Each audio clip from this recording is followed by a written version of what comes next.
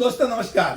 कानूनी बात बताने वाले मेरे YouTube चैनल में आपका स्वागत है। आज का विषय व्यक्तिगत कानून क्या होता है। व्यक्तिगत कानून यानी पर्सनल लॉ। अब भारत में देखा जाए तो अलग अलग धर्मों के लोग एक साथ रहते हैं।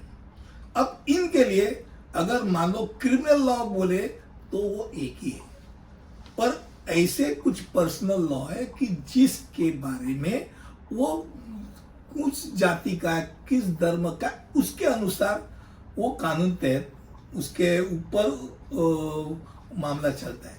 अब ये कौन से मामले होते हैं जहां पर्सनल लॉ लागू होते हैं?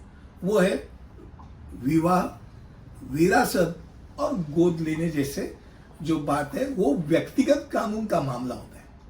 अब ये व्यक्तिगत जो कानून है उससे आदमी तो वित्तीय जीवन में और व्यक्तिगत जीवन में प्रभावित हो सकता है, क्योंकि विवाह कानून तलाक को भी विनियमित करता है, शादी हुई कि नहीं हुई ये तय करता है। विरासत कानून अगर उसने वसीयत ही लिखा नहीं है तो उसका संपत्ति का विवरण करता है, नियंत्रित करता है। और खास करके गोद लेने जैसा बात रहती है तब वो किस धर्म का है उसके अनुसार वो लागू होता है। अब विवाह कानून हम सोचेंगे तो भारत में व्यक्ति विभिन्न संस्कृति और समुदाय से संबंधित है।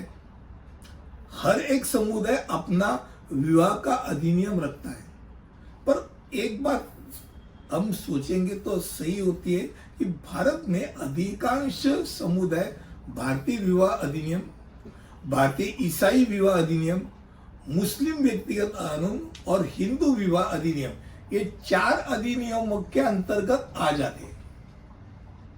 अब ये उसी धर्म के दो जो लोग हैं वो शादी जब करते तब वो पर्सनल लॉ लागू होता है। अब मान लो अलग अलग धर्मों के दो जन ने विवाह करना चाहा और अपना धर्म वैसा ही रखना चाहा तो उनके लिए भारत ने खास करके स्पेशल मैरिज एक्ट करके रखा है कि भाई एक हिंदू मुस्लिम, मुस्लिम क्रिश्चियन, क्रिश्चियन हिंदू, ऐसा अलग अलग धर्म के लड़का लड़की अगर शादी करना चाहते हैं और अपना अपना धर्म रखना चाहते तो वो शादी जब करते तब वो personal marriage special marriage act के तहत करते हैं और स्पेशल मैरिज एक्ट के तहत ही उनका डिवोर्स हो जाता है।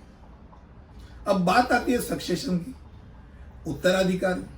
अब मान लो आपने वसीयत ही नहीं किया, तो वसीयत नहीं किया तो आपकी संपत्ति, उस संपत्ति का सक्सेशन यानी वंशानुक्रम, उत्तराधिकार, ये कौन तय करेगा? तो भारत में विभिन्न समुदाय अपने संबंधित विरासत कानून रखते हैं, जैसे हिंदू विरासत उत्तराधिकार अधिनियम, फिर भारतीय उत्तराधिकार अधिनियम और मुस्लिम व्यक्तिगत कानून।